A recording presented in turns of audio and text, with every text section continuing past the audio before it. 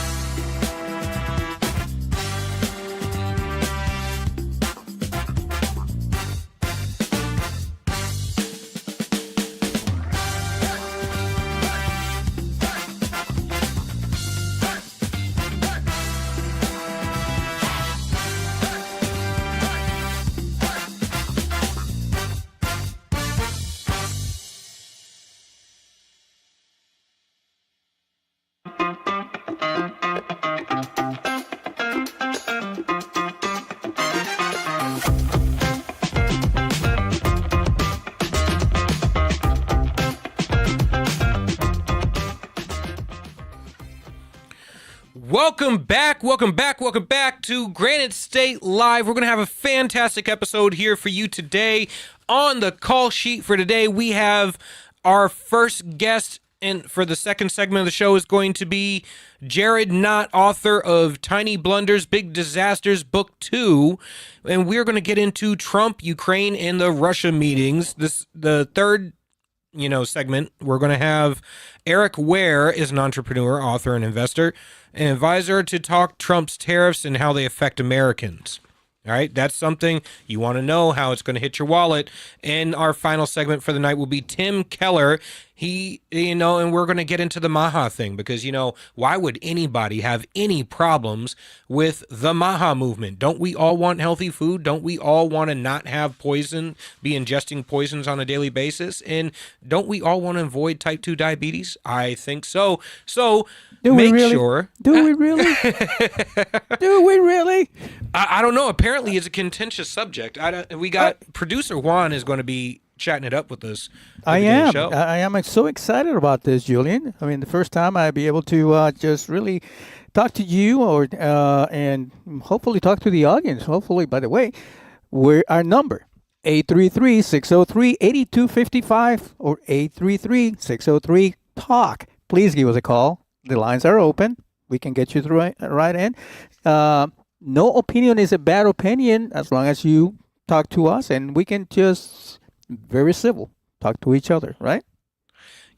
But that's become such a contentious thing these days. You can't have conversation unless you can't really have a conversation unless you're, throwing jabs at each other and doing it for clicks these days. It's always got to be contentious. It is. And you and I were talking about this before. You and I being military man, we appreciate what physical fitness, for example, means, right? Yeah. So you being a Marine, you with your crayons and all that kind of stuff. I with the Air Force, obviously the guy who likes a real nice VOQ with good cable while we fight a war, right?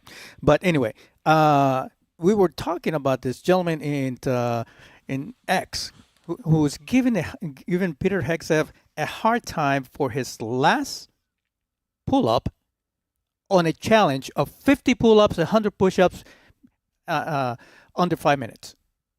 Now, the guy has 1 million followers on X. And the first thing he puts there is the last 2 seconds of the video where Peter Hegseth completes pull-up number 50.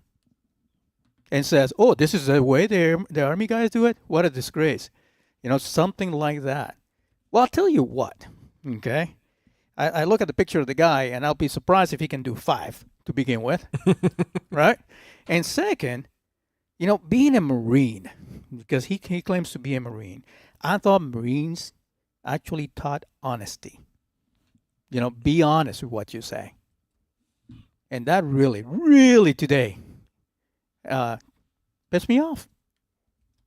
Well, you know what? The problem is that there's an ecosystem of people online who all they care about is getting clicks, and all they care about is being able to get jabs. It's tribal warfare. It's political gangbanging. And Ron Flipikowski is who we're talking about, and Ron Flipikowski is gay. The problem is, and this is something that comes up like during training. When you're not doing it for score and you're not doing it for, for promotion or anything like that, when you're in the gym and you're practicing, what do? Those last couple push-ups that you're about to face plant, you cheat to get in the last couple. Like, go ahead, go that extra distance, get that last one or two that you can't do. When you're bench pressing, you have that guy who's giving you a little bit of boost on that last press to get that one extra bump. And when you're doing pull-up, you kip those last couple. Kipping. Like, get that last one in. Come on, you can do it. Keeping pull-ups, right? Exactly. Yeah. That's keeping pull-ups. I used to do a lot of CrossFit in my days, about 12, 13 years ago, while I was doing my last tour. And, I prefer for one of my airmen to do a keeping pull-up than not to do any pull-ups at all. Yeah. Because it may not be a full pull-up, but it's still better than doing nothing. You're going to get something out of that. Exactly. Too. Exactly. The same thing with butterfly pull-ups. And initially people used to complain about that stuff, but you look at all those people that kept doing that in CrossFit, they got healthy, they got better, they got big muscles, that kind of stuff, man. Yeah. It's better than the guy who's just freaking complaining on X, saying, "Oh, that's a bad pull-up." Not everybody comes out as a perfect physical specimen able to pop out 20 pull-ups. When I was active duty, 20 pull-ups was a perfect score. 18-minute 3-mile run was a perfect score. 200 crunches was a perfect score. And now you're looking at these guys like, first off, RFK, way to put it up there, man. How old is this guy now? He's in his 60s. He is a beast, isn't he? He is a beast. I'm going to have to look that up. Yeah, he might be a bit older. Like, I think he might be in his 70s because he is an absolute beast. And I'm not even saying he's a beast for his age. I'm saying he's a beast based on the entirety of men throughout the USA. 71. 71 and still, wow. 71. And this guy is pulling pull-up, doing pull-ups, doing push-ups. And by the way, okay, let's just put aside the thing about doing a right pull-up, doing a right push-up, whatever. When was the last time that you saw the Secretary of Defense among troops doing PT? Shit, last time I saw the Secretary of Defense amongst troops doing anything but talking. Yeah. Like, I've never seen it. And actually, we used to joke about that when we were active duty. We'd sit in a smoke pit. Yep. And we'd all be talking about, like, man, wouldn't it be great if these guys in frickin' suits were actually to come down and do a field exercise with us, go on a hump with us, hang out in the smoke pit and actually talk to real people rather than go to the command center on base and get their asses kissed for a couple hours. Yeah, wouldn't it be great if they actually heard our perspectives instead of talking to the higher ups about our perspectives? Like, it would change the dynamics of the way, the military was run if they knew how regular everyday troops actually live, operate, what we think. What a concept, huh? For leadership to actually see what their troops are doing and what they think and how they feel. Yeah. And it's changed. It has changed. It has changed. When we talked about General Austin, or when I think about General Austin, who was General Austin? For those of you that don't know, he was the last Secretary of Defense on the Biden administration. All I remember is that picture where he had a face mask, a glare shield. Mm-hmm. He was like Darth Vader to me. Yeah. And that's how the troops looked at him. The guy who sits in the Crystal Palace. Mm-hmm. Disappears for days and nobody knows where he was at, right? Instead of the guy that is with the troops. Peter Hegseth makes a point of being with the troops at some point or another during the week. Yeah. And I'm not talking troops at the Pentagon, down on the field. Yep. and that gives confidence. By the way, if Peter Hegseth was a Democrat on the Democrat administration and he would do the same thing, I would give him credit. Give credit where credit is due. Exactly. And I think that's what we lost in like American dialogue recently is we got to the point where we care so much about what jersey the other person is wearing that we can't even give basic credit where credit is due. Exactly. Like if you were a Democrat, I'd still say same thing. Mm-hmm. Like I got to meet Obama once. Obama came and I got to shake his hand. I mean, I'm not saying we're best friends or anything, but by all means, the way he interacted with us, he was cool. He's a cool guy. Seemed like a guy that you could have a beer with. I wouldn't vote for him. Yeah. It's not a damn thing that he's done as president that I probably, there's very few things I probably agree with, but you know what? He seemed like a cool guy. And I could say that regardless of whether someone's a Democrat or a Republican. I think we've lost something in American society when we see each other so antagonistically that we can't even humanize the other person. We immediately jump to say that because this person is on the other team, everything they do, say, think is bad. And I'm like, no, a Secretary of Defense who actually cares about the troops is a good thing. It's a good thing, exactly. If getting the American public to be healthy, that's a good thing. Yeah, and especially like having a Secretary of HHS, who is actually healthy himself. Exactly. Like, I mean, the last one was a trans non-binary thing. And I'm like, wait a minute.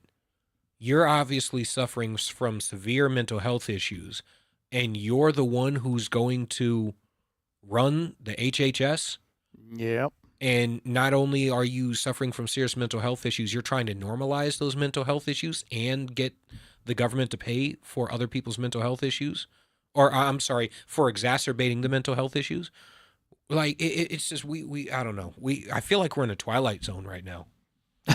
we are in a twilight zone where right is wrong, wrong is right, left is right, right is left, down is up, and up is down. Yeah, it's like what we were talking about during a break. My wife was having a conversation with me because my son said he wants to go into the Marines, and as a Marine and as a family of continuous a large, very, very long, about 150 years of service on both sides of the family. I am proud of my son for making that decision. I didn't pressure him into it. He just decided to do it. And my wife was like, but I'm worried.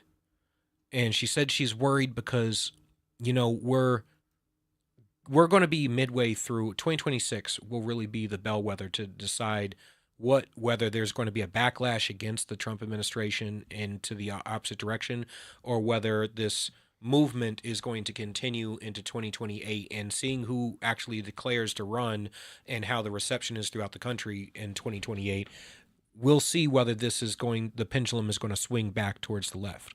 And my wife was saying that it was so far, like the military got so ridiculous under the Biden administration that she was actually very worried that like, she doesn't want my son to end up in combat standing next to somebody who is not mentally fit to be on the battlefield or physically fit to be on the battlefield, or the morale is at a point where we prioritize things other than war fighting.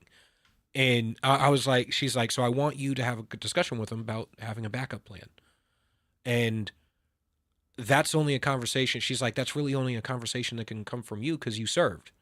And so I'm going to have that conversation with my son. I'm like, I can't even imagine how many other parents throughout the country are going through the exact same thing right now. Yes, I agree with you. It's I have to say that it was very, very difficult during the Biden administration for me as a military man to be able to talk to young people and say, hey, the way to go is through the military. Yeah. I had a really, really hard time, believe me, before then, even during the Obama administration. Yeah. I used to say, yes, military is a way to go.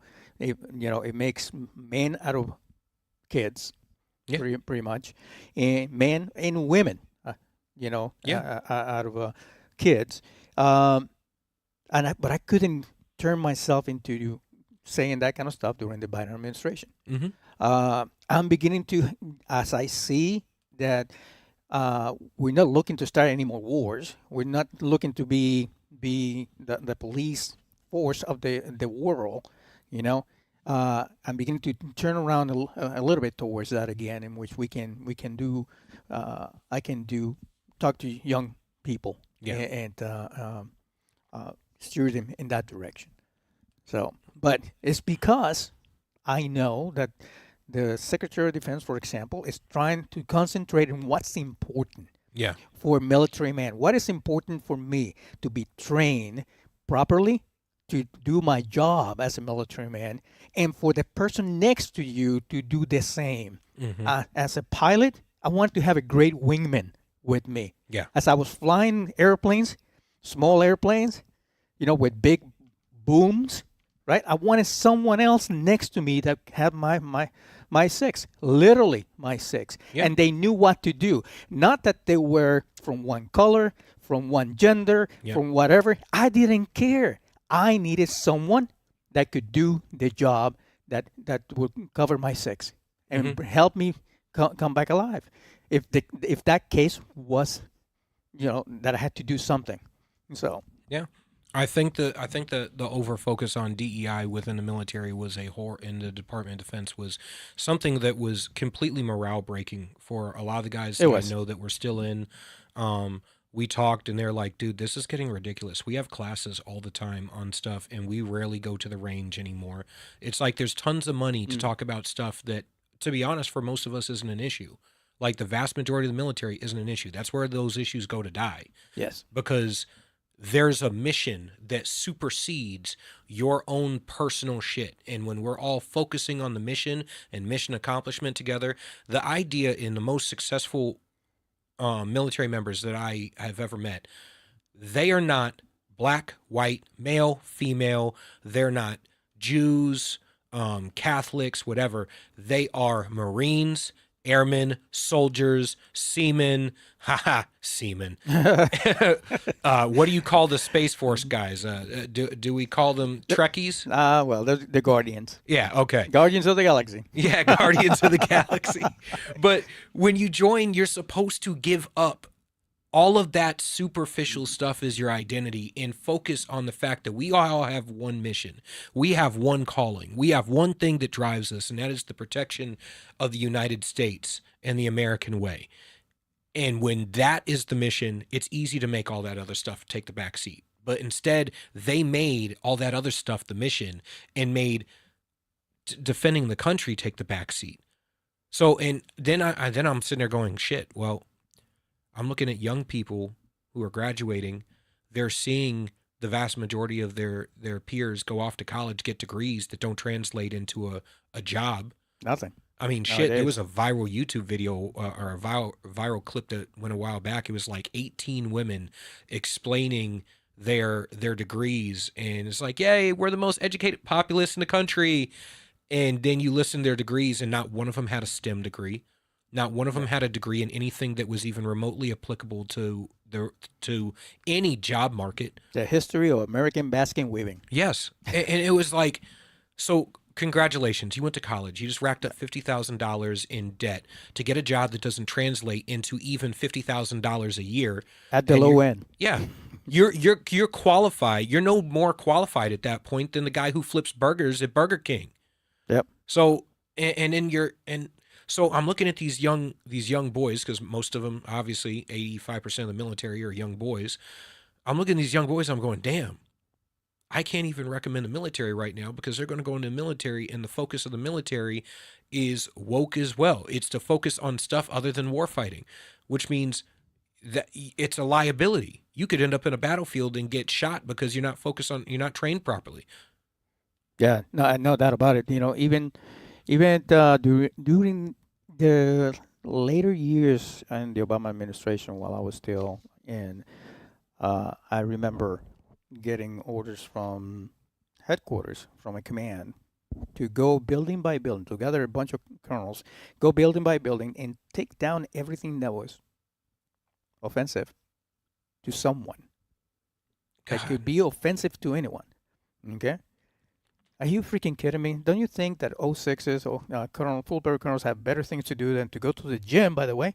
Go to the gym and take down the posters of people showing how to do an exercise or using, because it could be offensive. It could be, what do they call that? Shaming, because Yeah. they don't, because our airmen don't look like that. You got to be kidding me. You know, we had better things to do. Yeah, I don't understand it. I really don't. It's like we've gotten to a point in society where, and this goes to like the body positivity thing. It went from you should be comfortable in your own skin and not get to the point where you log online or you read a magazine and you think less of yourself, that you feel like you need to be bulimic or anorexic in Yeah. order to be in shape. And I agreed with that statement. But then it got to the point where it's like, no, we should celebrate mediocrity to the point where not only should we celebrate mediocrity, we should celebrate being below par for being fat, for being stupid, for being a waste of space, for literally being a drain on society and those around you. That we should celebrate the idea of being unhealthy. And I'm like, I don't understand why anybody would take a position that being unhealthy is a good thing, just to make somebody feel better. No, it's a bad thing all around. Oh, When no. I've been on a diet. I am down about 20 something pounds right now. When I bought these pants that I'm wearing right now, I bought these pants for my son's graduation. When I bought them, there's one of those cases of you buy them and the size says one thing, but they don't fit like the size that they say. So I put them on and I was squeezing into them like I was like a sausage. I look like a sausage in them, like I was wearing spandex. Today, I get up, I get out of bed, I get my workout in and stuff. I go to put on these pants to get ready for coming in the show today.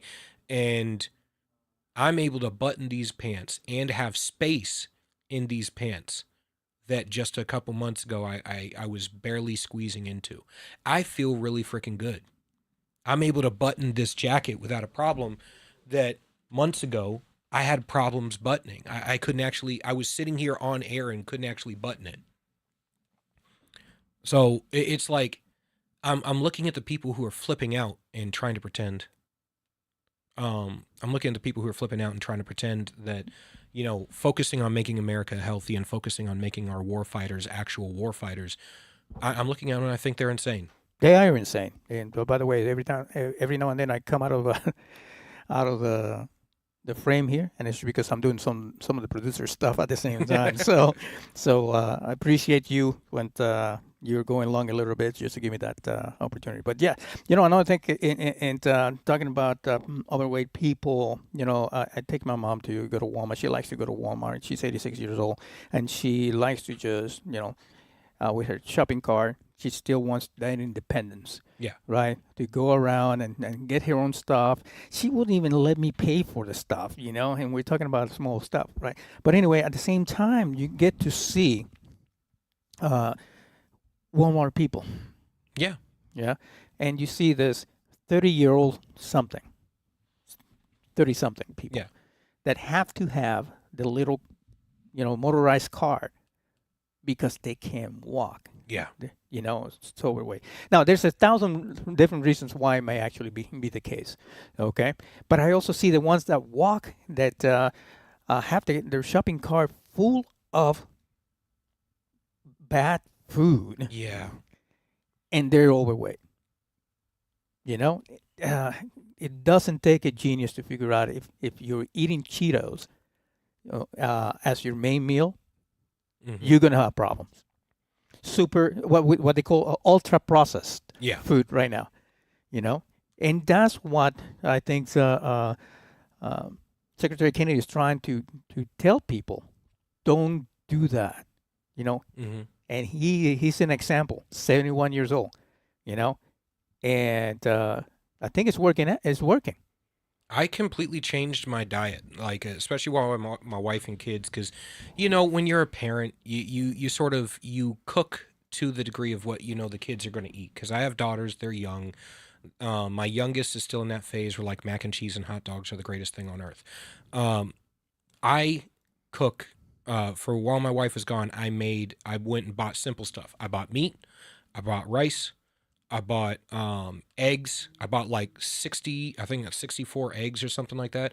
I was having like 6 eggs for breakfast, I was having avocado. I was 6 eggs for breakfast, avocado, cottage cheese. I'd have a snack that was like cottage cheese and peaches. Later on, I'd have another snack that was like 28 grams of protein. It was protein Greek yogurt, so I'd have 28 grams of protein and a serving of that.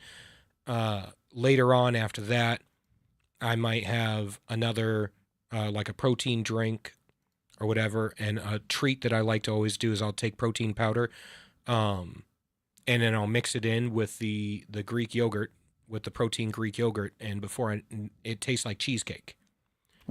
Yeah, it tastes. I'm gonna have to try that. Yeah, it tastes like cheesecake. It's a nice, healthy treat that it still allows me to stay on my diet.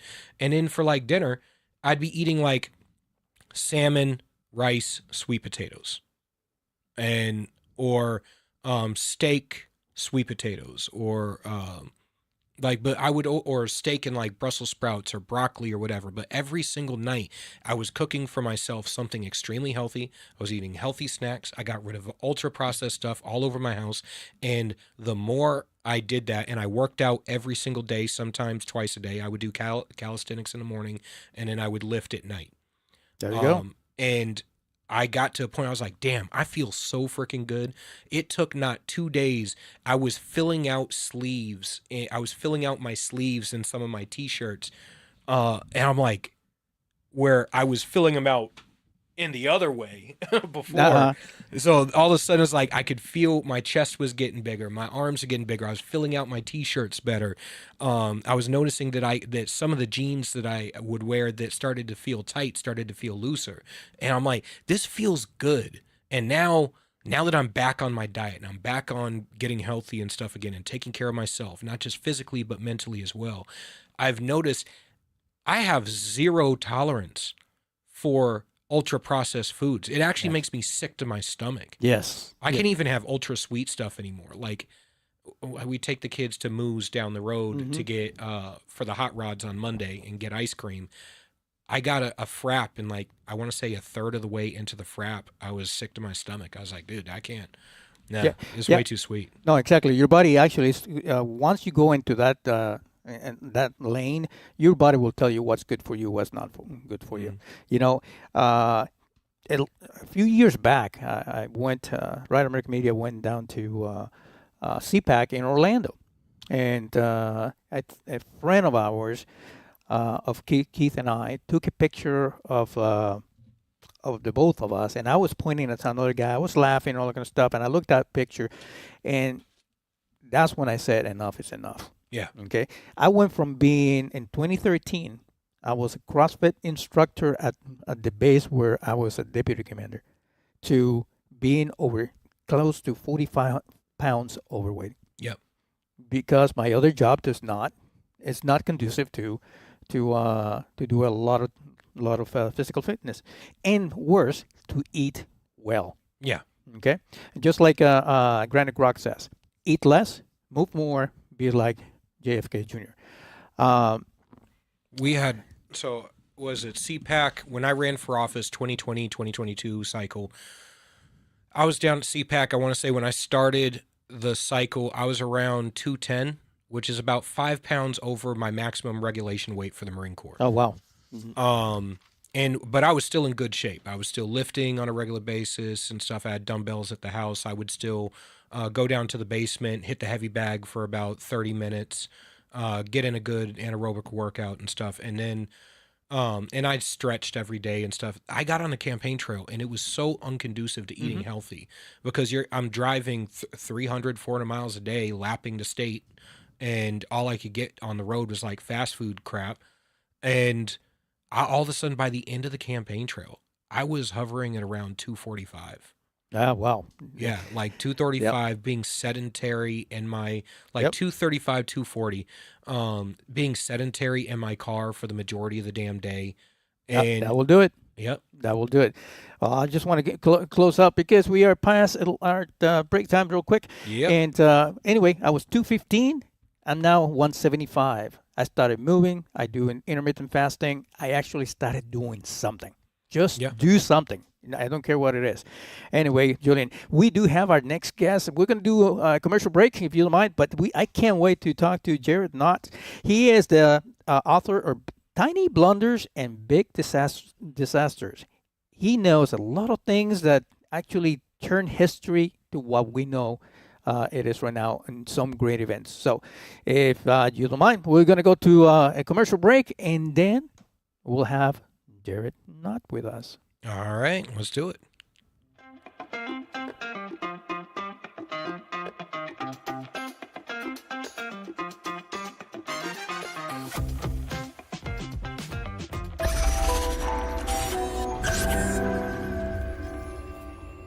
United We Stand. A Marine's Fight, written by Marine Corps veteran Julian Eschyard. This book examines the deepening fractures in our nation, political division, government overreach, and a fading sense of shared responsibility, and offers a battle-tested path forward. A Marine's Fight is a bold and urgent call to action for every American who believes in the founding ideals of our republic. United We Stand. A Marine's Fight can be purchased on Amazon. New Hampshire Republican Governor Kelly Ayotte has been making a lot of noise about how she's funding education. The Republican budget she just signed provides more money for education than ever before. She even bragged the other day that New Hampshire is top 10 in the country when it comes to funding our children's education, as if giving money to school systems has anything to do with learning. If you look at the math, and if you got schooled in New Hampshire, the odds are good it's not your best subject. It's the exact opposite. The more money we throw at schools, the less kids learn. We're committed to wasting money on an experiment that failed, unless wasting money to drive parents to homeschool their kids was the goal. We prefer to pick on Democrats, lower hanging fruit and all that, but our rhetorical woodshed doesn't discriminate. If that sounds refreshing, you need to check us out. This is Steve McDonald for GraniteGrok, and we'll keep shining the light on them for you. The Spirit of a True Patriot, the inspiring story of retired Captain Douglas J. Ernest. Douglas Ernest dives into the thrilling and transformative journey of a man who defied the odds to forge his path as a soldier and a businessman. This book is more than an autobiography. It's a call to action. Experience the remarkable story of a man who never takes no for an answer.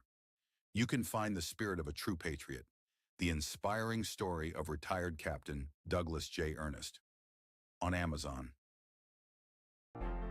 This could be the moment we've been waiting for, the chance to feel alive. Sometimes we forget we live in one of the most beautiful states in the country. This summer, vacation right here and discover your new. This is where it all begins.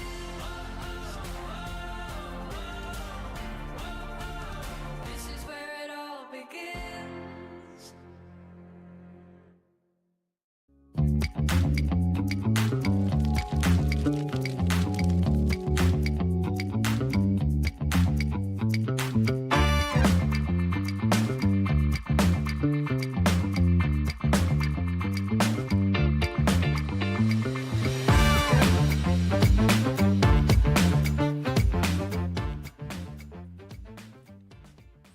All right, welcome back to Granite State Live. Up next for this segment, we have Jared Knott, author of Tiny Blunders, Big Disasters, Book 2, The Many Tiny Mistakes That Have Changed the World Forever. Thank you, sir, for coming on the show.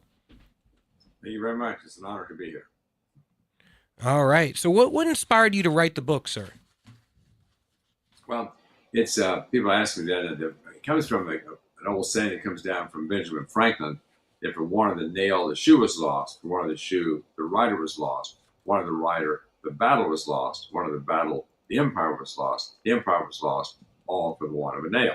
That's a nice old saying, but how often does that really happen, that a single tiny mistake causes an entire empire to collapse? You will be amazed how often it happens over and over again. Okay. Can you give us an example? That's a fair question. Yes, one of the first items I came up with when I first conceived the book was it has to do with the Watergate break-in. And the teaser is that a single piece of tape rotated several inches the wrong direction, changed the outcome of the Vietnam War, and led directly to the Watergate scandal, and which doesn't make any sense. it's the smallest piece of tape makes it too much difference. It has to do with the Watergate break-in, and the James McCord and the Cuban operatives broke into the Watergate complex through the parking garage, and they were told to hold it. Jimmy the lock. They're told to hold the striker down with a single piece of tape in the vertical position. They made a mistake and they put it in the horizontal position. So when Frank Wills, the night watchman, came walking down the hall, sees the tape on the door. Oh wow! He calls the Washington D.C. police. I think he had to call them twice, and they were going to send the uniformed officer, but there was a strong rumor that he was intoxicated in a local bar and could not respond to the call. So they sent the bum patrol instead as 3 officers dressed as hobos in a jalopy car. They pulled up to the Watergate, and you look out, does not recognize them as police officers. He comes in and arrests James McCord, and the whole Watergate thing begins. One, boom, boom, boom, boom. And Henry Kissinger gave an interview. He said that they just signed a treaty with the North Vietnamese to end the war. They said they knew that the North Vietnamese were going to be testing the treaty. Their plan was to go in there and bomb the living daylights out of them again to get them back in compliance, but they were so weak politically they couldn't. Okay, because of Watergate, South Vietnam collapses, Nixon administration collapses, the whole thing falls apart because of a single piece of tape rotated several inches the wrong direction and a drunk cop. Wow. That is insane. I had no idea about that. That Yes, is wow. So, and that's a regular occurrence in history, like just little things like that changing everything. Yes, you have it over and over again. That's a tiny little mistake here, a tiny little mistake there, and the entire whole empire can collapse. And we have cases where the gates are left wide open in fortresses, which led to the defeat of the fortress and changed the direction of an empire. And cases where a soldier kicks a helmet off the top of a wall, and the story there, and that leads to the empire collapsing.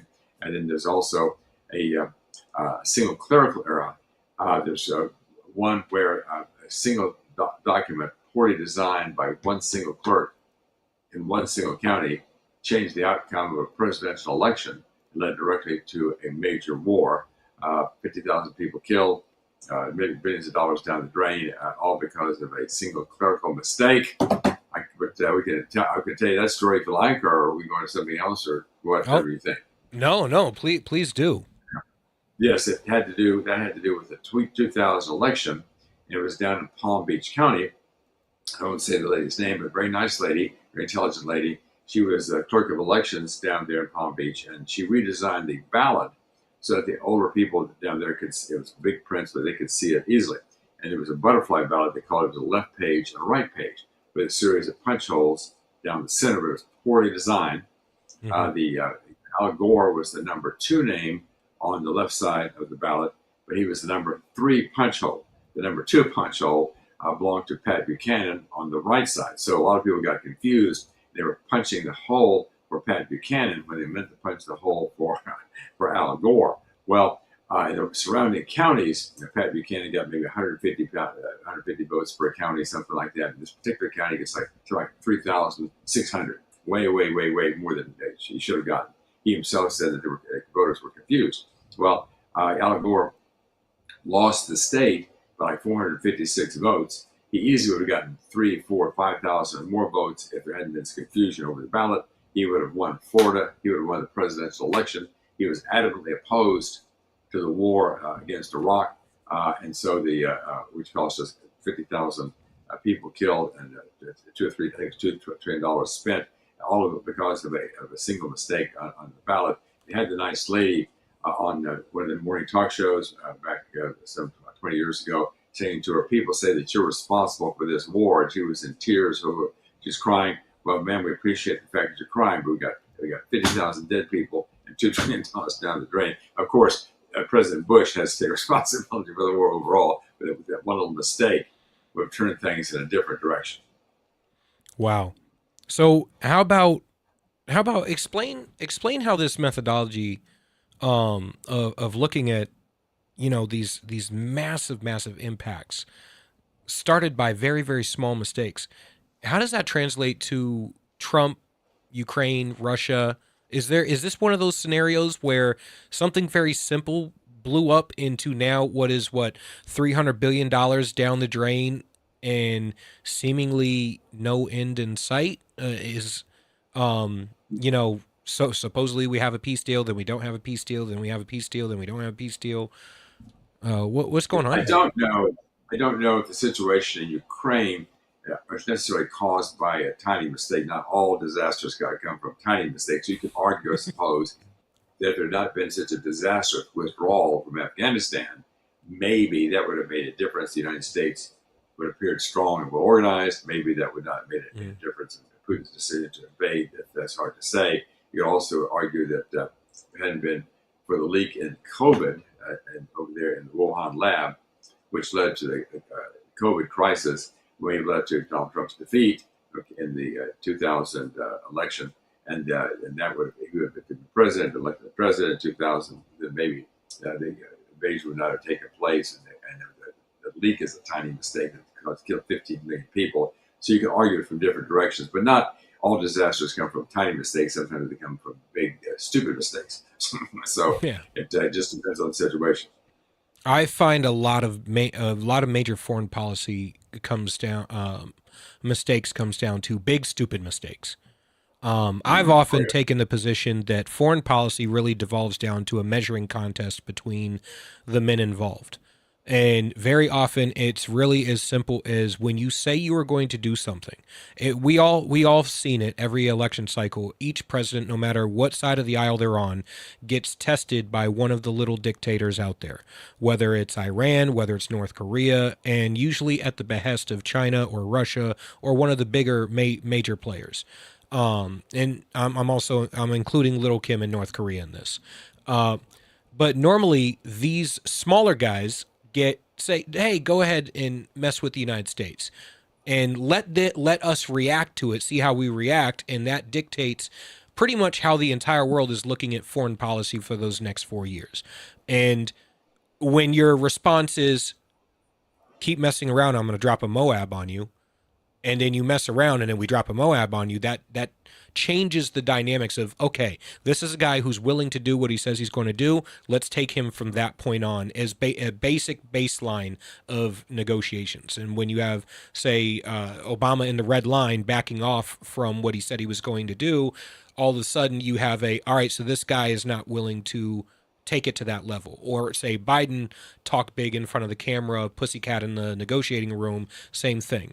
And I mean, so I see there's inconsistencies between how a lot of presidents purport themselves in front of a camera versus how they purport themselves in negotiations, and whether or not when you say something, you actually follow up on it. That's what I think a lot of the problem really comes down to, is we've added schizophrenic foreign policy for about the past 40 years. Well, yes, and no one starts a war expecting to lose the war. They see weakness as of course, World War II, going way back in the 1920s and 30s, there was the peace movement, the pacifist movement, and their basic philosophy was to bankrupt the god of war. Okay, we're cut back on spending on these weapons, that sort of thing. That's those weapons. That's what leads to this war there. And that's the position that we're taking. We had kind of a pacifist influence in the United States. We were cutting back on contractors. We would not even support the democracies that were under threat from dictatorships. So we said, well, that's the way to go with peace. We want to take a pacifist approach. But of course, it was the worst possible thing you could do. General Marshall said at the time that we were carrying the treasure and freedom of this great nation in a paper bag. And so weakness, of course, invites attack. If we had taken 1/4 of what World War II cost us, and we'd invested that in better planes, better ships, a stronger military, the United States had built itself up, there's a serious chance that the Japanese would have seen that and not attacked. Same thing with Hitler, and so on. So, but so weakness invites attack. Strength repels attack. You have peace through strength, basic common sense. And so, what just happened, of course, in Iran with the B-2 bombers and that whole operation, they're supporting the Israelis, blowing the daylights out of them, gained us a lot of respect. Yeah, and the Chinese are far, far less likely to invade Taiwan. They're saying openly that they're not going to, which is something they never said before. We have also applying the economic pressure to Russia, in addition to knowing that of course, the B-2 flying over his head down in Alaska, he showed the strength and he he's communicated he's willing to use that strength both economically and if he has to militarily. That changes the calculus completely. If you have a weak leader like we did with President Biden, there's all kinds of bad things that happen. If you have a strong leader, people respect you, they're ready to cooperate with you. Can you imagine, I'll go ahead and say, if Kamala Harris had been president and if she invited the European leaders to come to the White House for a meeting, I don't think anybody would show up. They don't respect her personally. They would respect the strength of the United States military. So it's a whole different situation with President Trump. Hey, Julian, if you don't mind, I had a couple of things to say. We are our guest, Jared Knott. He's the author of Tiny Blunders and Big Disasters, Book 2. And one thing when he's talking about military stuff is he knows a lot about it. Little thing here that caught my eye. He's a decorated combat infantry officer in Vietnam in the 1st Air Cavalry Division. Which, if I remember correctly, Jared, it brought a complete different type of war or a style of war that the United States started doing in Vietnam. But anyway, looking at your book, you also do you keep track now of? You have a lot of old time like World War II, Vietnam. All empires and stuff like that. But do you keep your eyes open now for things that are happening right now, or just a few years ago? And what is the smallest blunder that's been in the past few years? I'd say that you think it may actually become a big blunder. Well, yeah, you go back to October the 7th, which is coming up on 2 years ago this October.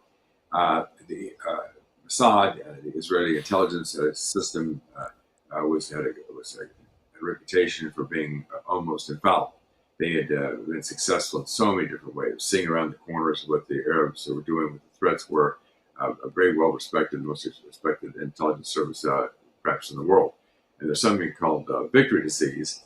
If you get too many successes in a row, you may start getting overconfident, you may start lowering your guard. Supposedly, the president of Egypt warned the Israelis that something big was getting ready to happen 3 days before it took place, and supposedly they said he didn't receive that kind of warning, but it may or may not be true. But anyway, there was a lot of indications that something was getting ready to happen, and the Israelis just simply did not respond to the early warnings. And there was this horrible, horrible humiliation and disaster took place, killing of civilians in torturous ways, children being burned in ovens, and horrible, horrible things.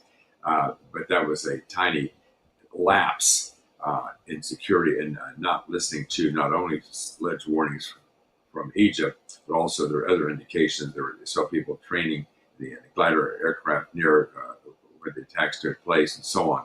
So they dropped their guard, and of course they come back with a huge, huge, huge vengeance. And the people who suffered the most have been Hamas and the proxies of Iran. Now Iran itself, of course, being destroyed. So it's ended up being a massive victory on the side of the Israelis, but it began as a horrible humiliation because of a lapse in security on the part of Israel. Wow. Yeah. I honestly, I hadn't thought of it like that. Is with Ukraine, I think when it comes to Ukraine and Russia and Trump, I think the main reason that we're in that situation is because we have a very inconsistent foreign policy when it comes to Russia and Ukraine. There's been multiple agreements, not necessarily treaties, and then there was, trying to put missiles in the Donbass region and stuff, which we wouldn't accept if we were in Russia's position. That's why we had the Cuban Missile Crisis. So, there are different little things that I think, kind of pushed us. They kept pushing us in this direction of where we should expect a response from Russia. And at the same time, I think there's a lapse in communication. And obviously, there is nobody who can honestly say that the media is not been wholly disastrous in their coverage of this, biased coverage against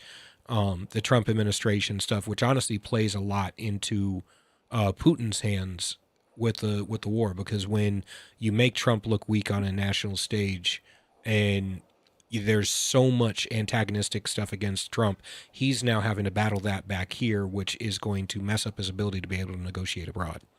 which I think tamps down. And obviously, he wasn't in office when this started. I actually agree with your what you said earlier, that there is a good chance, had it not been for the Wuhan leak, that Trump would have remained president. The war might not have happened, or at least not happened at that time. Maybe we would have been experiencing it right now with a later Kamala Harris regime or Pete Buttigieg or Gavin Newsom regime. I don't know. But I do think that what you're saying about these small little things cascading into bigger events, I don't think anything really happens in a vacuum. I think it is literally a butterfly effect. Oh, yes. In fact, you mentioned the butterfly effect. That was Professor Lorenz, way back in the 1950s. Kind of an interesting story about the etymology, this origin of that particular phrase. He was a mathematician, and he was doing the computers of that day, of course, are much, much slower than the ones that we have in the 21st century. And he was working on a problem, a formula to predict weather. And he had this number that we had the number plus a decimal and 18 small numbers behind it, getting to a real tiny, tiny fraction. But it was taking the computer so long to run. He said, let me just whack off 6 of those numbers. We'll have a decimal and 12 numbers, so 12 decimal and 18 numbers, and it'll speed his things up a lot. And he was amazed at what a difference it made in the outcome of the forecast that he was working on. So he made a presentation to this mathematical conference, talking about how that would mean that just a tiny little change, a butterfly flapping its wings in Brazil, could set off a chain reaction that could lead to a hurricane in Texas a year and a half later. And that was a little bit of an overstatement, but that was the origin of the phrase, the butterfly effect. And that's what the book is about, tiny little mistakes that multiply and domino and end up in these horrible disasters. But it happened not every, as you say, I think most of the mistakes that take place are just big, stupid mistakes. But there are a lot of small mistakes that do domino, do tumble, one thing leading to another, and you end up with disaster. Another small example, or this big example, of Titanic. I open up the book, the first book, with that illustration when the officers were changing the second in command for the ship, for the Titanic, just before it sailed. And the officer that had been in charge failed to pass on the key to the locker to the new officer coming in. And the glasses, the binoculars, were down there in that locker. So when the people up in the crow's nest were trying to look for icebergs on the open Atlantic with a naked eye, and the particular iceberg that hit, by the way, was a black one. It was a dark colored iceberg. They were not able to see it as quickly as they would have with the binoculars. They called down immediately. It would change the direction of the ship to turn into port. Okay, but it came several minutes too late, and they ran into the iceberg. In the investigation afterwards, one of the men survived. Asked him if they had the binoculars, would it have made a difference? Yes, it would have. How much of a difference? Well, in plenty of time to be able to get out of the way. Another 3 or 4 minutes in advance, they would have turned to the left. The whole thing would have been avoided, except for that single tiny mistake. Damn, it's crazy how this happens. I don't know how we keep getting in these situations. You know what I'd like to see is I'd like to see somebody take your methodology here of looking at how these tiny little things cascade into larger events and use AI to map out likely events that could end up in catastrophic consequences later on. Like, say, obviously we can't control what Mother Nature does. We have a very minuscule effect on Mother Nature. The Earth is going to rebound faster than any of us, and it'll outlive us and all sorts of stuff. However, when it comes to, like, say, war or famine or something like Wuhan, or, you know, there are these things, economic collapse, things like these, where if we could use AI to map out, like, all right, little blunder here, what could this potentially turn into, and see if AI has the computing power to actually give us these results. Maybe we might be able to steer away from the cliff we seem like we're heading towards.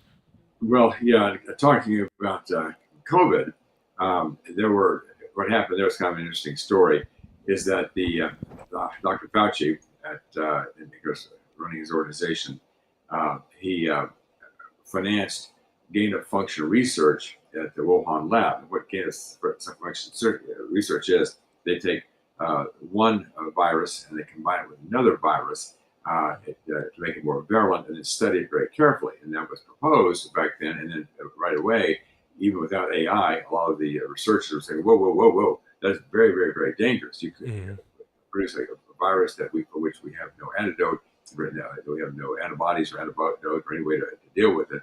That don't cross over that bridge and go into that dangerous area.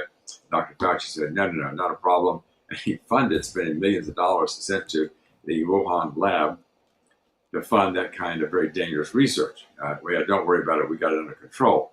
And then when the COVID broke out, then they started getting messages that there was indications that the virus was an engineered virus. And of course, that would put him in a very awkward position. And so they panicked, something of a panic. They put together this whole scenario about the virus coming from the wet market there in Wuhan. It jumped over from a bat, and it held up for several months. So this scorching scandal, he got a little bit in passing before the truth started coming out. The FBI came out and said with moderate certainty that it was definitely a leak from the lab. Other people, the Senate Investigating Committee, Energy Department, others said yes, it was a leak from the lab. So, but that came some months later. So it wasn't quite such a blast as it would have been if it came right in the middle of the crisis. But that was that's kind of I don't want to call it a stupid mistake, but I guess the person that somehow let it escape from the lab, I guess that's a tiny mistake that led to 15 million people dying. And then on that section, by the way, in the book there's another lab mistake that was equally, even more to the good, many times to the good, and that was, of course, Professor Fleming. Back at St. Mary's Hospital in London in 1928. He was known for being kind of a slob, brilliant man, kind of absent-minded, a little bit messy, a little bit sloppy. He was going to Scotland for a vacation for 2 weeks, and he had petri dishes strewn around, and he had the bacteria smeared on the petri dishes, and he had them all stacked up there on the table, and he left the window to his lab open. While I'm going off to vacation, I'll clean it up when I get back. Well, miracles, a spore apparently blew in through the window and landed in one of the petri dishes. It happened to be a penicillin mold, and it came back from Scotland. He recognized what was going on. Wait a minute. Right where the mold has landed, there's a halo around it. It's killed all the bacteria. Whoa. We have something here. We have something from the penicillin mold that kills bacteria. That was the first opening, and from that, step after step after step, led to the discovery and effective use of penicillin, which has saved hundreds of millions of lives, maybe as many as a billion lives, since 1942, when it was finally available in large quantities. So that's a tiny mistake in the lab that saved hundreds of millions of lives. We had the other mistake that has cost us 15 million and counting. So it can go either way, just depending on whether the Lord has a sense of humor or not. You know what, guys? What little blunder I would like to see? What's up? I would like to win Mega Millions tonight. That would be a little blunder. A little blunder that would have a great effect. Shit. So, yeah. Hey, Jared, we're coming to a close. Actually, we're a little bit over, but I just wanted to see if in 30 seconds or less, you can tell me the story about the soldier that kicked his helmet down the, helmet off the top of the wall, and it caused the whole empire to collapse. What was that all about? Yes.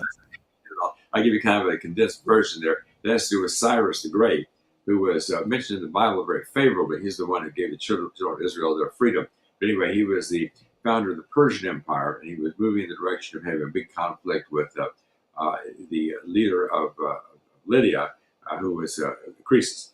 And the Croesus had gone to the Oracle of Delphi, and they said they had splashed a lot of money around, so on and so forth, trying to get a favorable prediction regarding the war. They said a big battle will be fought, a great victory will be won. Anyway, coming down to the bottom line there, they had the big battle, and they fought basically to a draw, and Cyrus the Great withdrew, then he came back. But anyway, laying siege to the fortress, up on top of the fortress, winter was coming, they may be able to, Cyrus may have been in big trouble, and not enough supplies to support his troops. Anyway, the soldier kicked the helmet off the top of the wall, goes all the way down to the bottom.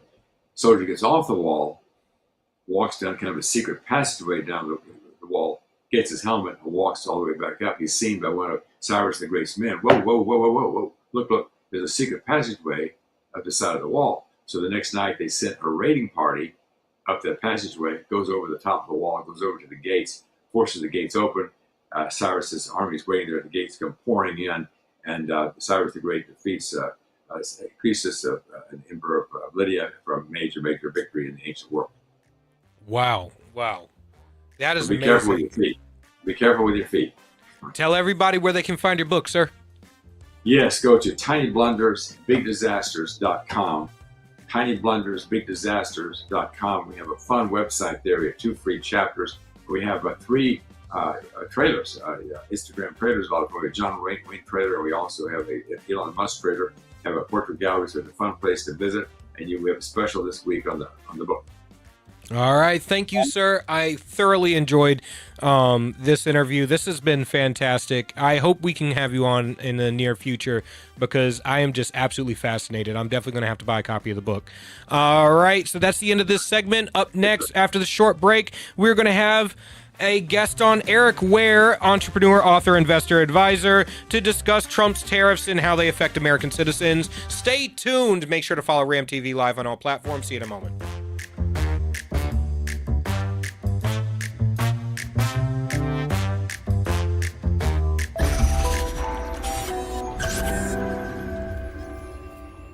United We Stand. A Marine's Fight, written by Marine Corps veteran Julian Eschyard. This book examines the deepening fractures in our nation, political division, government overreach, and a fading sense of shared responsibility, and offers a battle-tested path forward. A Marine's Fight is a bold and urgent call to action for every American who believes in the founding ideals of our republic. United We Stand. A Marine's Fight can be purchased on Amazon. New Hampshire Republican Governor Kelly Ayotte has been making a lot of noise about how she's funding education. The Republican budget she just signed provides more money for education than ever before. She even bragged the other day that New Hampshire is top 10 in the country when it comes to funding our children's education, as if giving money to school systems has anything to do with learning. If you look at the math, and if you got schooled in New Hampshire, the odds are good it's not your best subject. It's the exact opposite. The more money we throw at schools, the less kids learn. We're committed to wasting money on an experiment that failed, unless wasting money to drive parents to homeschool their kids was the goal. We prefer to pick on Democrats, lower hanging fruit and all that, but our rhetorical woodshed doesn't discriminate. If that sounds refreshing, you need to check us out. This is Steve McDonald for GraniteGrok, and we'll keep shining the light on them for you. The Spirit of a True Patriot. The inspiring story of retired Captain Douglas J. Ernest. Douglas Ernest dives into the thrilling and transformative journey of a man who defied the odds to forge his path as a soldier and a businessman. This book is more than an autobiography. It's a call to action. Experience the remarkable story of a man who never takes no for an answer. You can find The Spirit of a True Patriot, the inspiring story of retired Captain Douglas J. Ernest, on Amazon. This could be the moment we've been waiting for, the chance to feel alive. Sometimes we forget we live in one of the most beautiful states in the country. This summer, vacation right here and discover your new. This is where it all begins.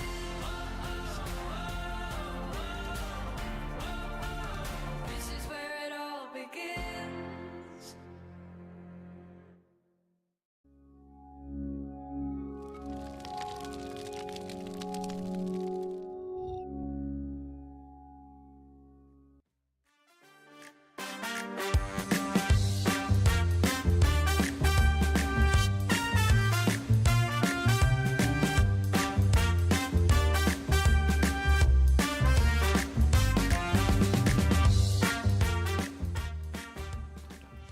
Okay, Julian, I'm really excited about the next one.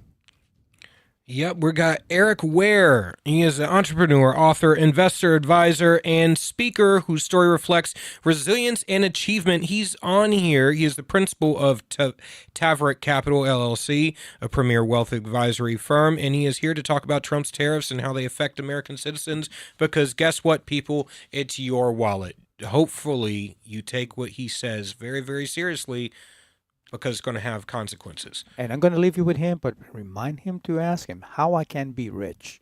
I know he can tell me how I can become rich. That's the important thing about today's show, okay? I went to Mega Millions, and Eric's going to tell me how I can be rich. Hey, I'd be happy with just winning the Lucky for Life, $1,000 a day for life. That would be. I'm lowballing. I'm very, very cheap. I'm a cheap girlfriend. Hey, we just won the lottery. Here's Erik. How you doing today, sir? Thank you for coming on the show. Uh-oh. It looks like we're losing. We don't have audio, sir.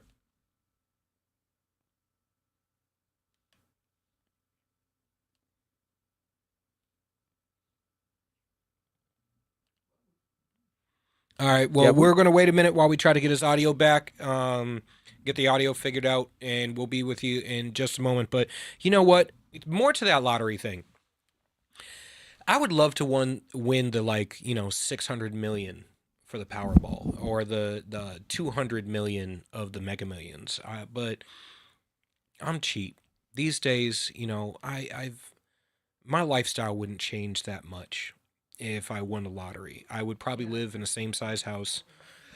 I would take more vacations with my kids and my family. I'd probably do a few things, but I'd probably, have the car I want or whatever.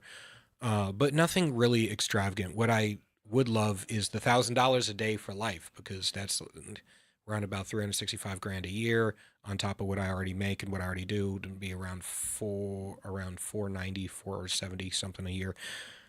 That is perfectly enough for me to live comfortably on, invest quite a bit in my kids' future and stuff like that. Don't need anything crazy. But, there are financial tricks out there. We had a guest on Granite State Live last week who was lining out a whole bunch of financial tricks that you can use to build out your portfolio and so on. So I want you to go back and I want you to watch that episode and look at a lot of what he says, because I did a lot of research after the show and it was fantastic. All right. It looks like we have Erik Weir on and the audio is fixed. How you doing, sir? All right. Thank you for being on. Uh-oh. I think we just lost him again. Maybe it's me. Maybe I have bad luck. Maybe that's why I don't win the lottery. I think that's what it is, brother. I'm like, damn, I need better luck, man. I swear, sometimes you have those years where everything works out like fantastic, and you have those years where the hits just keep on coming. I'm having one of those years right now where the hits just keep on coming. Yeah, but it's not gonna happen anymore. Why? Because I gave you something today. Yeah, we got little Jesus. I got little Jesus. Yeah, where's little Jesus? You gotta have little Jesus. Where is he? You gotta show him. I gotta show Everybody you guys. needs a little Jesus. I got little Jesus right here. A little Jesus in your life. Little Jesus in my life. He's gonna sit right here, right next to my coffee, and be here to support me through this very, very, this really, really tough year. There you go. I think we got him finally. Now we're here. All right. We're good to go, sir. How are you doing today? Great. Well, thanks for having me on. I appreciate it. I'm doing great. Thank you. Doing great. All right. So what do you think about Trump's tariffs so far? What is the average person missing? How is this going to affect everyone's wallets? I think let me take a step back. I think what we're missing is what tariffs were before Trump came to office. The United States automakers were paying 15 to 25% tariffs in China for our cars, while Chinese cars were paying 3%. U.S. agricultural goods were paying 10 to 15%. We're just charging China basically 3% on just about everything. So when he goes to retrade, you have the largest trading partner in the world who is charging other countries low tariffs. Other countries are charging us a relatively high tariff, so it makes our goods less desirable in the world forum. So the idea of massively changing tariffs, even temporarily, to adjust better deals on U.S. goods has two massive things. It helps U.S. jobs grow. It helps U.S. exports to be more desirable in foreign countries because now they're paying less for them, and at the same time, it makes foreign countries say, hey, instead of paying 5 or 10 or 8, maybe 15% tariffs, I'm going to put my plant in America, which creates more jobs, more opportunities, and ultimately more tax revenue. So I got to completely agree with you. We had a tax and tariff specialist come on a couple weeks back, and I challenged him this. Milton Friedman had said, if you can't have free trade, then you ought to damn sure have fair trade.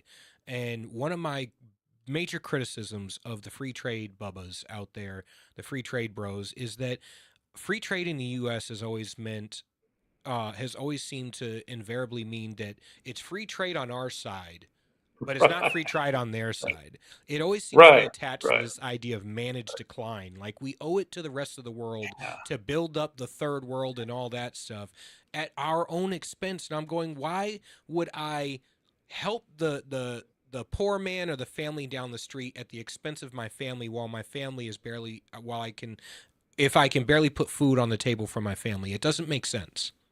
It doesn't, and that's been exactly what we've done, and it's pretty consistent through the whole government.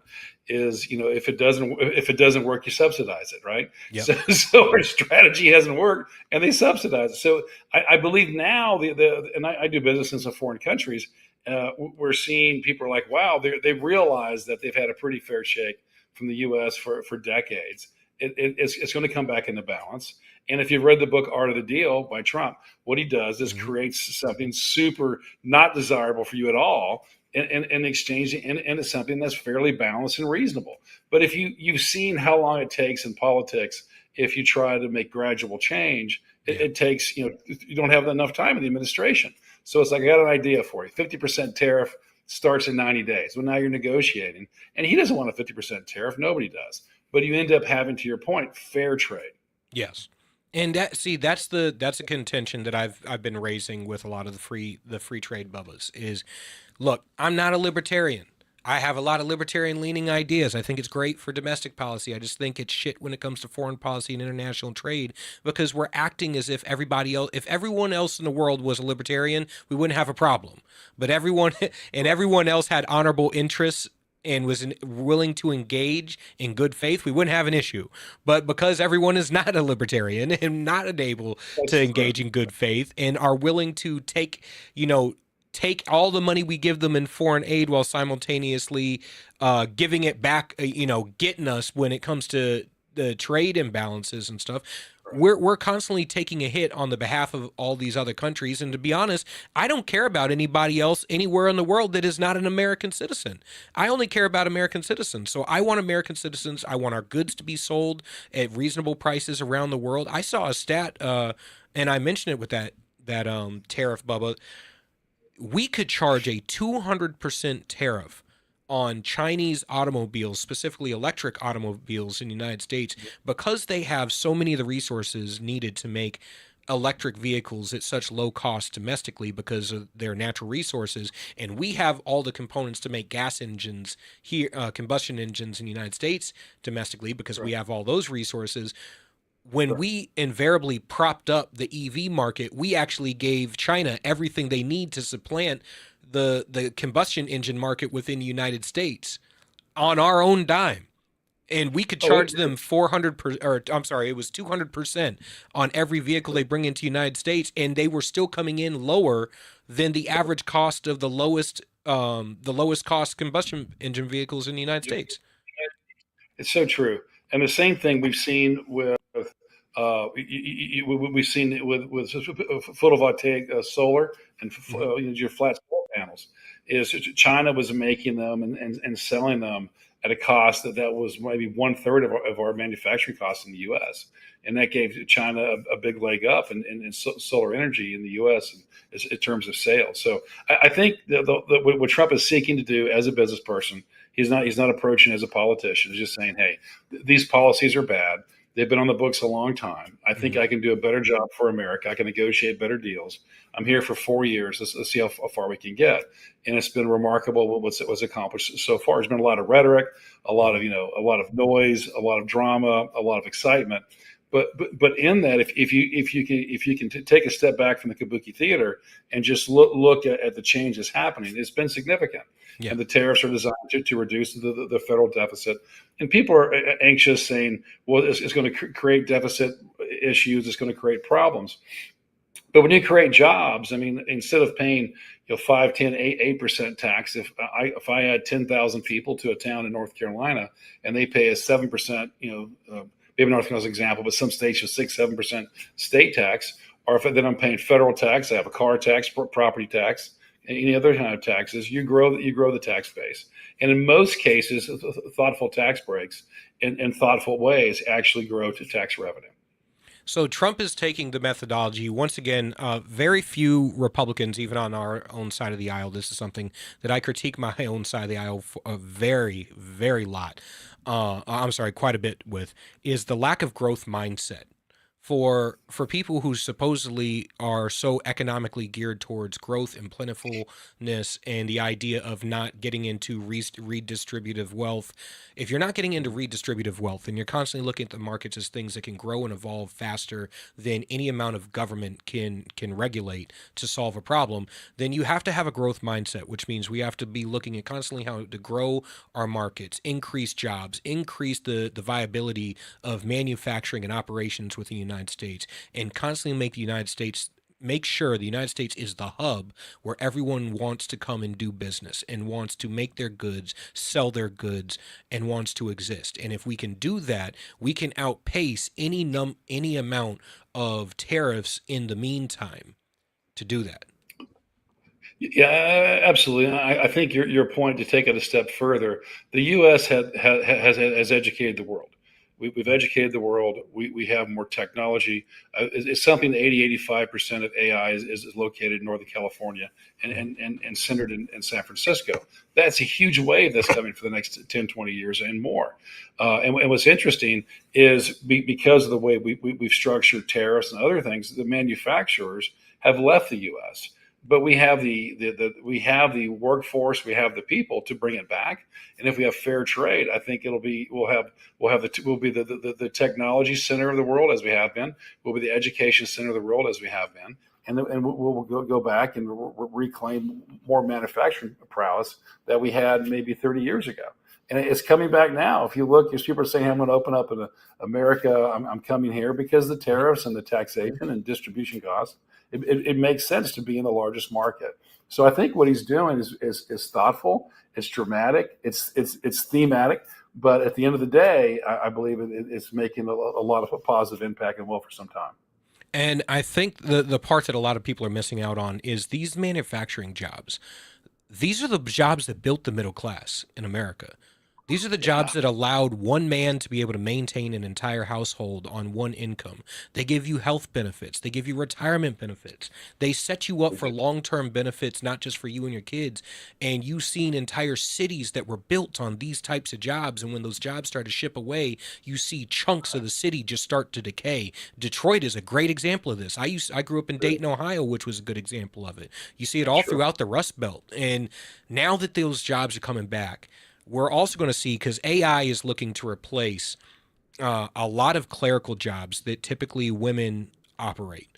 Low-level clerical jobs are about to be completely wiped out by AI over the next 10 years. I think under the Obama administration, we had the whole everybody better learn to code, and then AI comes, and the top list of everything that AI is going to wipe out are all the jobs that 10 years ago under the Obama administration we were telling everybody to go into.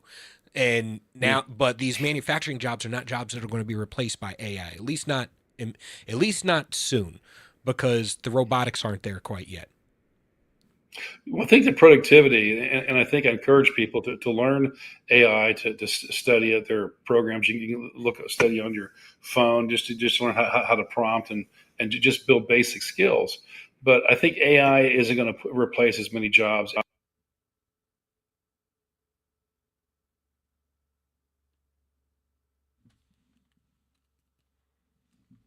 I lost audio for a brief moment.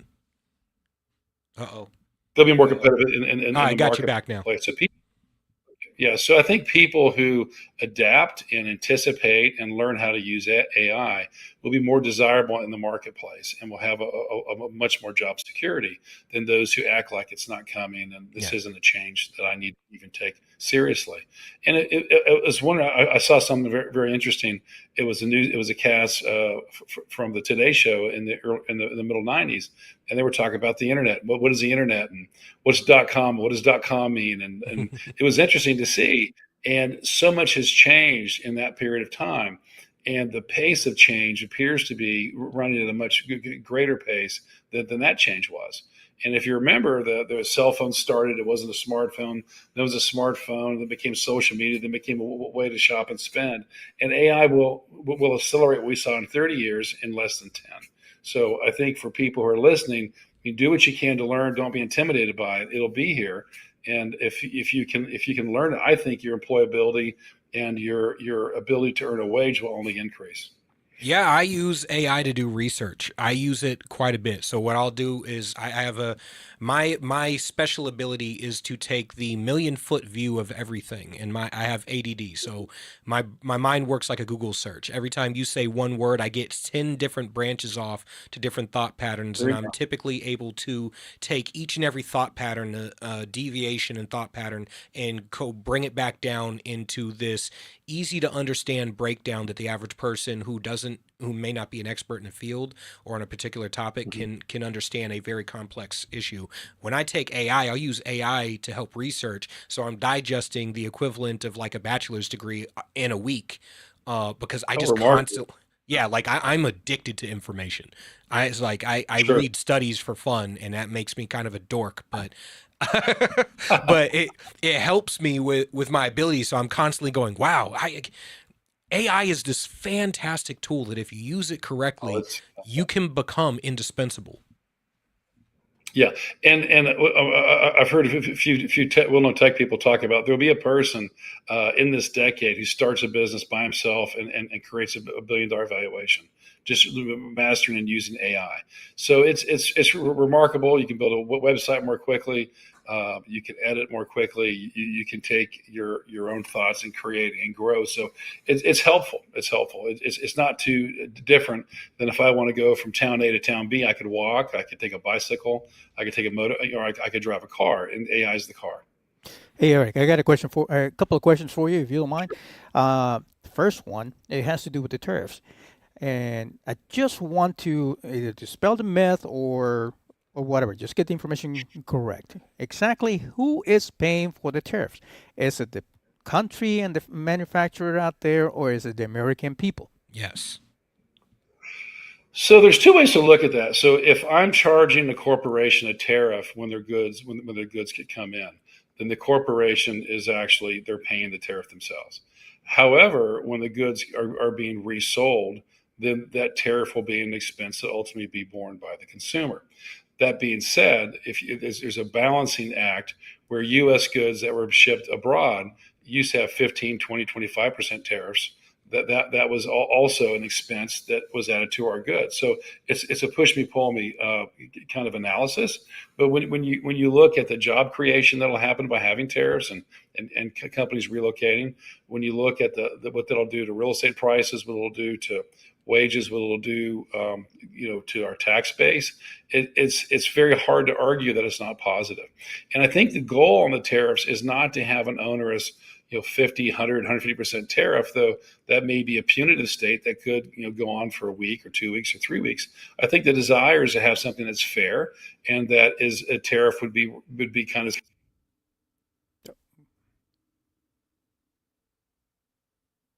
largest economy in the world.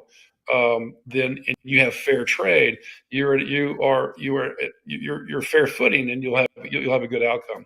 What we had before was the largest economy in the world that paid higher tariffs by orders of magnitude 3 to 5 times what other countries doing business with it is. So if you and I were going to do business, and I say, I tell you what, I'm going to sell you eggs and you sell me butter, and on the eggs that I sell you, you're going to charge me a 50% tariff, and on the butter you sell me, I'm going to charge you 3%. You'd be like, that's a great deal, but I mean, that'd be bad for me to do that, right? But that's what we've done in America for decades. So it's hard to imagine negotiating such poor deals, but it was done. And I think what Trump is doing is just taking a drastic action by going to orders of magnitude that are uncomfortable for a country, not with the idea of keeping it there, but to bring them to a negotiating table and finding something fair. So when you're talking about the tariffs and who pays for it, and that's a great explanation, we as American people got to look at the whole pie of what's going on, right? So Right. That's right. not just that we're paying for this product. It's just that tariffs is bringing more to the American economy than just that. So, and speaking of pie, because you actually happened to mention that somebody in this time in history is going to create $1 billion company with AI, right? And I want to be that guy because I really feel like Yeah. somebody is eating my pie right now. Okay. Oh, that's terrible. Yeah. So anyway, please tell me, what does rich means to be rich? How can I build wealth right now? That's such a great question, and you have to start with what is wealth to any particular person. Wealth to one person may be I don't have to worry. I can afford my way through retirement, and I can go on vacation occasionally, and I can take care of my needs as I age. Wealth to somebody else might be I want yachts and I want cars and I want all these things. So it's really a personal answer, but we have to go take a step even back from that and say what's important in life. And I always like to look at it as a wheel where it's faith is your center, it's your belief system, faith, family, fitness, finance, friends.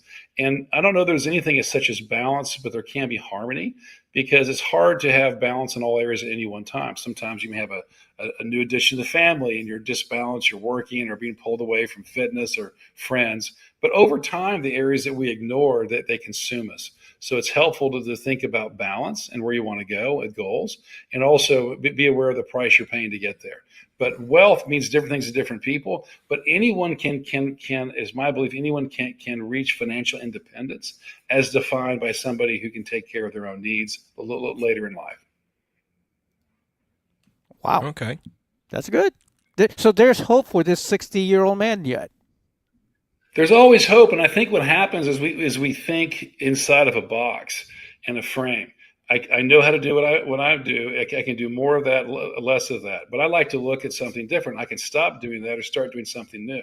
So there's 4 ways to make change: start, stop, more or less. Most people just think more or less. They don't think about starting and stopping. So what things could I start or stop in addition to more or less to make a massive change in my life? And if you sit there thinking, where would I like to end up, and then work your way backwards, it's much easier than trying to think about making very small incremental change. And then once you get to clarity, then you'll be surprised how quickly you can advance. Wow. I'm not gonna lie. I am definitely in the position of I've been duped into this idea of constantly trying to, go to work, do a job, make money, pay your bills, have a good life. And that is not a path to financial independence. It is a path to retiring when you're 80 years old and you're unable to enjoy the rest of your life, and hoping that you're going to live maybe another 20 years and actually get to, take a vacation here and there and, not have to shop at the Dollar Tree. But I've been constantly on this journey of trying to, one, revamp myself, revamp my mindset, and revamp the way I look at how you're going to get to a level of financial independence so you can actually enjoy the life that you have now and buy back your time so that you don't have to sell your time for money the way most people do. Yeah, and it's very different. I'll give you an example. We usually make change out of either desperation or inspiration.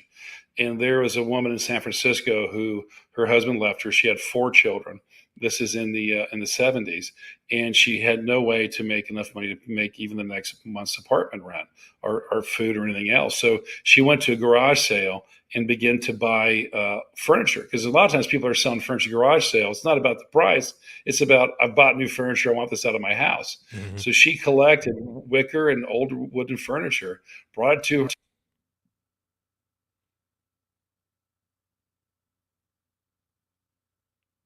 Uh-oh. We lost you again. Can you hear me? All right, there we go.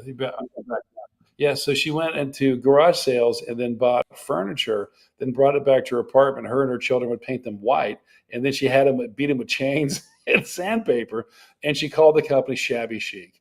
And within 15 years, she sold that company for hundreds of millions of dollars. But that came out of necessity. So like I was saying, it's always start or stop. But usually in all of us, there's an idea, there's something there that we maybe haven't taken time to develop, and there's something that we can do outside of our normal 9 to 5 that could be it could be a supplement, and at some point could even be your primary source of income. Yeah, there's actually because my family, we own a commercial cleaning company, and we started out 23 years ago. I was my father's first employee.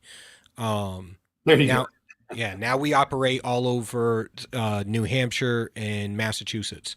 And we're one of the best cleaning companies in all of New England. And one of the things that I've always looked at is a quick way to make money. You go to garage sales and you see people selling old furniture that has stains and stuff like that. Well, we own a $60,000 carpet cleaning machine. Let's go ahead and There you take go. this carpet or this crate and barrel sofa from the wealthy side of town, where for them getting rid of a $1,500 sofa is not that big of a deal, but to the people on the other side of town, it's a crate and barrel sofa. It's a $2,000 sofa. So like we'll get it from them for a couple $100, go ahead and clean it up, get everything back in order, looking brand new, sandpaper it down, restain a few things, post it online. All of a sudden we're flipping 400% of what we bought it for at a garage sale. Right.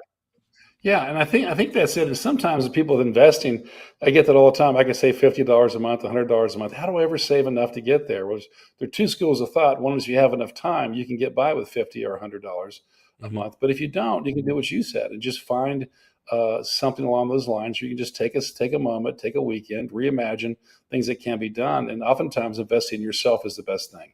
Whether it's buying a book and reading it, understanding a process or a business or Facebook Marketplace. But I bet in most people's apartments or houses, there are things that they're not using, will never use, don't want to get rid of, that would have some value to somebody else that could be almost like as seed capital for their new venture. And something can help them and maybe simplify some of their current space in their house. I've invested in self-storage properties for many, many years. And I'm always amazed when people don't pay and you go in with the lock, you look and see what they have inside. You're like, I don't think this is worth $150 a month for 5 years, but they didn't want to go through the time to get rid of it. They'd rather pay $150 a month for 5 years than deal with it. So there's so many simple and repeatable things you can do to make massive change over time that really just about anybody can have a much better life. Actually, one of the things I know we're coming up on the end of the segment and everything. One of the things I actually looked at was using AI to identify prime stocks within AI and cybertech for me to invest in, and identifying AI day trading platforms so I can use the AI day trading platforms to buy and sell these stocks and let it do its work, do all the work for me. So I don't have to memorize the market or anything like that. Very interesting. Very interesting. It has many applications. That's true. All right. I want to thank you for coming on. Where can people buy your book, sir? So if you go to Amazon, Amazon.com, you can just put in Who's Eating Your Pie or Erik Weir. You can follow me on Instagram at Erik Weir, ERIKWEIR. Go to my website, erikweir.com. All right. Thank you, sir. It was wonderful having you on. I can't wait to talk to you in the near future. Up next, we have another guest on, and it's going to be a fantastic conversation after the break. We're going to have to. Probably not. I just got a call from him and stuck at work, and we won't be able to have him today, so we have to reschedule for a later date. All right. Well, it doesn't matter because we'll still give you some more fire content in the next segment. After this break, we'll be right back.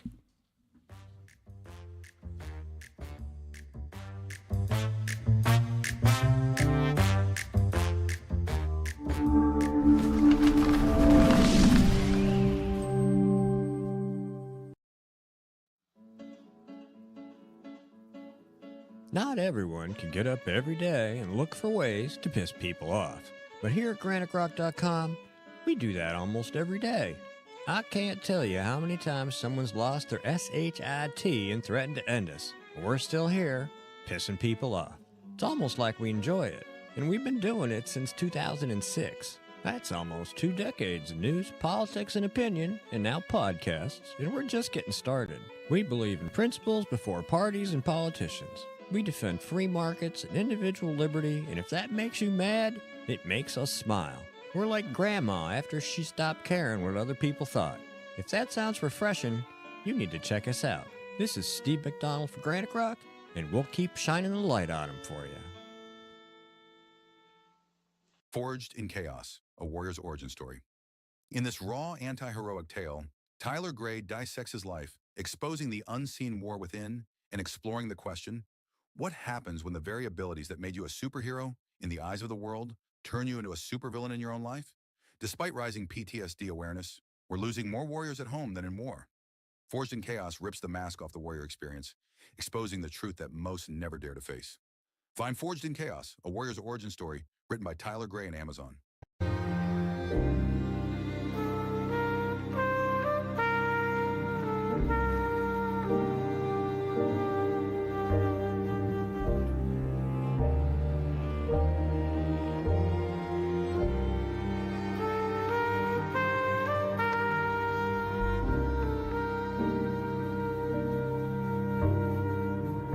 United We Stand, A Marine's Fight, written by Julian Aciard.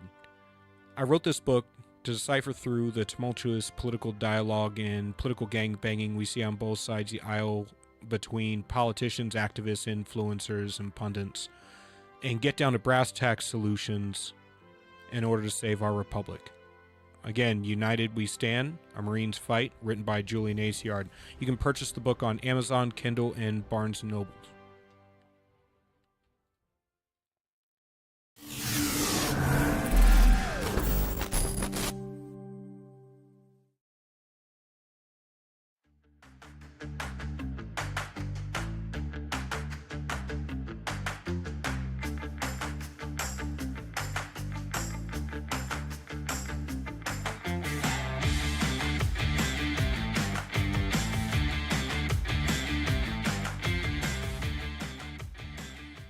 All right. Welcome back to Granite State Live. Again, make sure to follow Ram TV Live. That's Right America Media.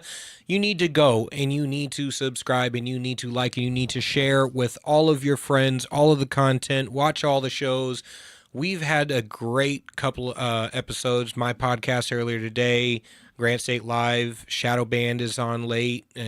We just what was the new one that Elsa Kurt? Yeah, Elsa Kurt now is with us every week. The Elsa Kurt Show, and those of you that know Elsa, she has some wonderful podcasts, and includes everything from religion to books to military stuff, anything. She can talk about everything actually. So and the way she talks about it makes you feel like $1,000,000. So even if it is a bad subject. So we're very happy to have Elsa as part of the Ram TV family. Actually, she used to be, and then when we slowed down our shows, then she's continued doing her show, and now she's back with us. And I can't be as the producer and director and everything, Waterboy of Ram TV Live. I'm very, very happy to have her on board. We also have the Drew Allen Show, all the way from California, and he this guy doesn't take crap from anybody, and I really, really like it. So we're growing.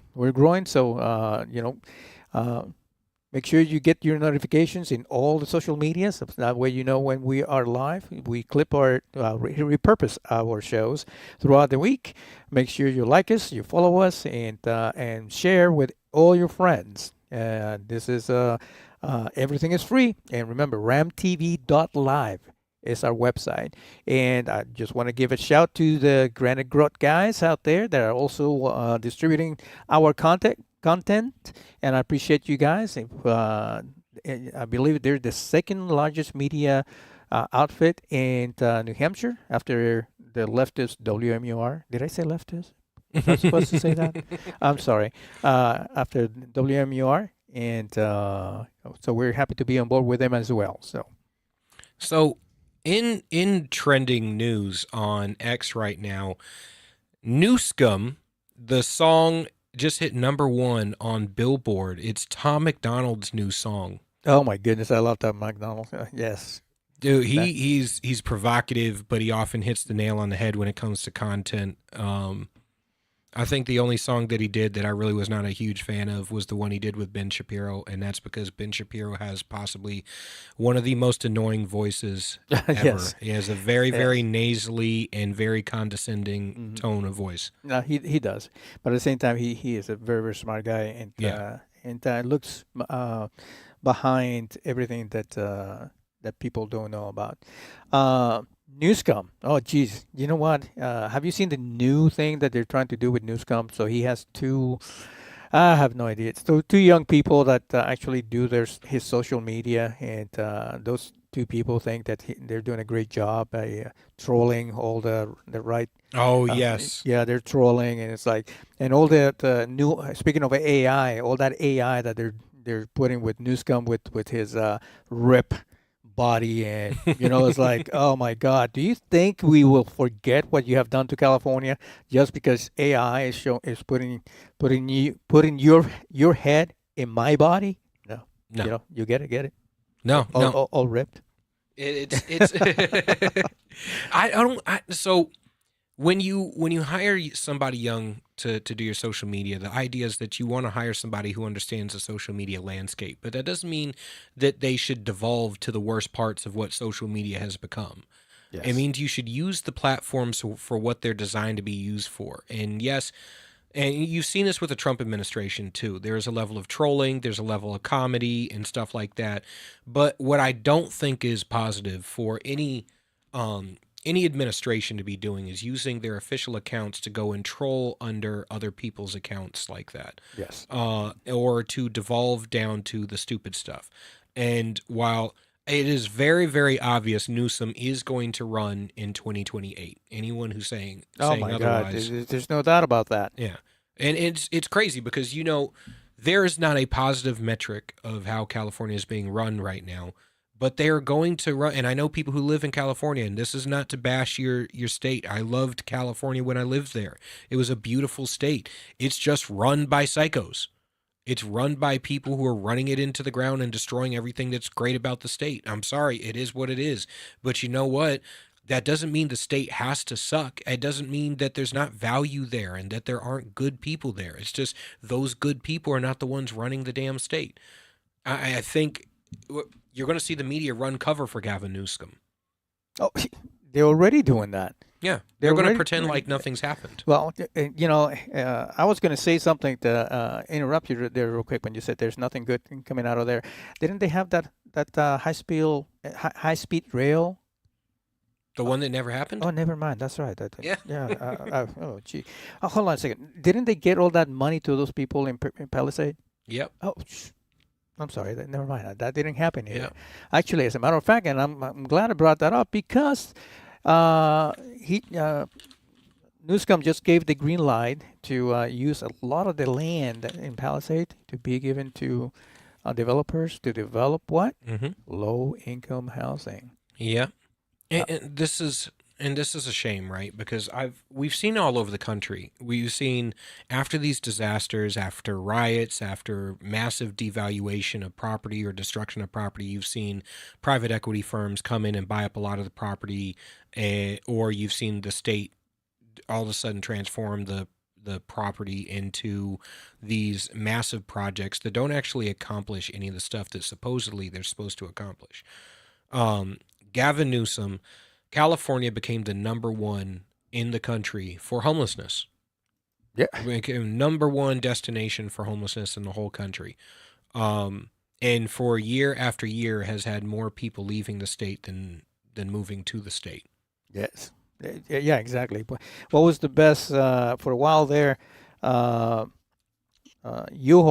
Mm-hmm. U-Haul had a great business in California. The only problem was that they're running out of U-Hauls because they were all going one way. Nobody was coming in the other way. So, they had to get to a point where they were willing to take a loss on anybody moving into California in order to even get trucks back in California. Exactly. And California's been playing games with their immigration numbers too, right? So they've been saying, oh, well, the state's technically growing because our population isn't actually decreasing as fast as people say it is. And it's like, no. You're counting illegal aliens in your population growth in order to make up for the amount of people that are leaving your state in droves. Not to mention, you're driving industry out of your state. You're driving people who pay the tax dollars to keep your state running, and then you're taxing the people who remain there at even higher rates to make up for the people who left. Because I'm sorry, the vast majority of people in society do not want to consistently be told that, one, they're evil for having worked their entire lives to get into a position where they no longer have to work, and then be told that they also have to pay for services for people who don't work. Yeah. And then when they want to leave, like California even got to a point where they wanted, under Newsom, they even got to a point where they wanted to have a tax. They wanted to tax people who decided to move out of the state. They wanted to do an exit tax. Yes. Yes. Well, anyway, you know what?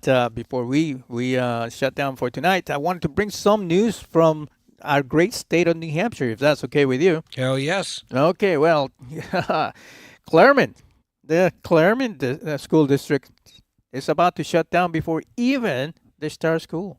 Why? They have a multi-million-dollar hole. What? Oh my goodness. I'm not even surprised, honestly. Yeah, no, so here's another one.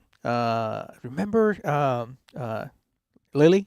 Yep. Lily Tang, when she came to us, and she actually she broke the news about this one. And the Nashua Water Company that got sold to a Chinese gentleman. Yep. Okay, well, finally, our beloved governor has decided to tell the AG, to review the controversial Nashua water deal. Finally, doing her job. Yep. Outstanding. And the last one, let's see. The last one I have here. Who's been your favorite governor in the past 10 years? Nationwide or here in New Hampshire? It's Sununu. It's been Sununu. Yeah, I'm like, I can't. I'm gonna be honest. For my criticisms of Sununu, we honestly, I gotta say there are things that we don't have to fight Sununu on that we would have to fight any other Republican governor on, and then there are things that we do have to fight him on that we would be able to get easier with a lot of Republican governors. Exactly. So listen, I mean, it's like we talked about. You have to give credit where credit is due. Yeah. So Sununu did a lot of good things. He did a lot of bad things. Yeah. That's there were things that were good. There were things that were bad. Aya is doing it, pretty much the same thing. There's things that are great. There are things that are not that great. But guess what? He just Sununu just got tapped to do. He got tapped to be the lobbyist for the airline industry. You got it. I didn't know he had any aviation background on him. I didn't either. As far as, I mean, I know he's not a dumb guy. I believe he graduated MIT, did he not? I have no idea. Yeah. But I am kind of surprised because if you're going to become a lobbyist, I would assume that you probably have expertise in the field. Well, I'm assuming he's flown a lot. That's I have to make that assumption. So, but anyway, we wish him well on his new endeavors. So, anyway, Julian, I'm going to leave it all to you to close out a little bit early so we can go home early. All right. Look, everybody, it's been a fantastic episode of Granite State Live. I know Keith is not with us tonight, but he'll be back. Don't worry. He'll get your fire. He brings a fire. I bring the ice. We'll get that nice back and forth. We'll keep you entertained and stuff next week. I hope you enjoyed today's show. We got a lot of information. We had a lot of jokes, had a lot of fun. And I hope you join the Ram TV family. Make sure to share, like, subscribe on all social media platforms, and that you go and check out the replay and stuff. And don't worry, I know I've been slacking on uploading a lot of the audio to iHeartRadio and all the audio platforms, Spotify and stuff like that. I will be uploading those throughout the week, one day at a time, right? And it's like AA. We got to take this shit one day at a time. And I know that it seems like it's chaos. And I know when you log online, it seems like everything is burning down and like we're speeding towards a cliff and nobody's putting on the brakes. But trust me, there are a lot of people doing a lot of good things trying to save America, trying to pull back from speeding off this cliff. And guess what? If you take extreme ownership of your life and everything that you've failed on, I'm doing it right now. It's not comfortable. It requires a lot of looking in the mirror. It requires a lot of being vulnerable with where you messed up. If you take extreme ownership of your life and you look in the mirror and you start to really analyze where you've messed up, you can change your life. And then no matter what you have to deal with in life, you can be better on the other side of it. You can weather every storm. All right? Next week, tune back in for another fantastic episode of Granite State Live, joining the Ram TV family. I love you. Can't wait to see you next week.